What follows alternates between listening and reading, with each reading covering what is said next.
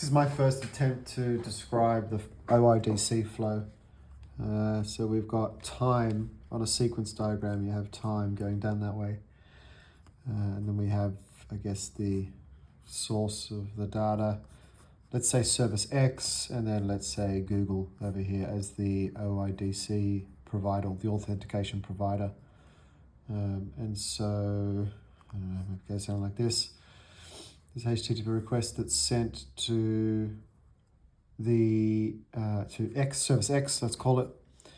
And then I'm just going to do it like this because there's some processing on the server in here. And then it sends back a request, which is a redirect, which then tells the browser to go to Google over here. Can you see that on the screen? Yep. And then Google will ask for authentication. So auth. And then the browser will send username and password. Let's say it might be two-factor authentication, but ultimately it goes to Google for authentication. Google sends back an auth code. And then that is sent to the service X. And then in this process here, before it returns a response, service X will go to, maybe the way to do it is before this happens, service X will go to Google with the auth code, which we can call AC, that's provided there.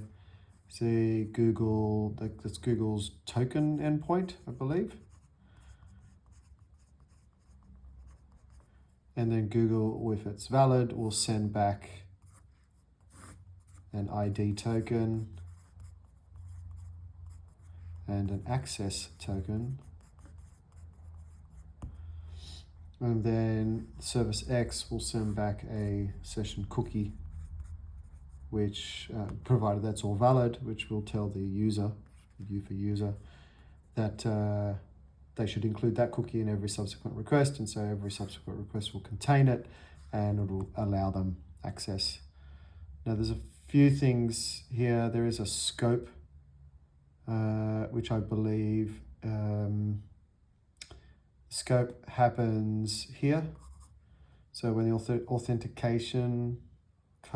authorization code from Google is sent, it's also sent with a scope, I believe, or maybe the scope is actually sent here.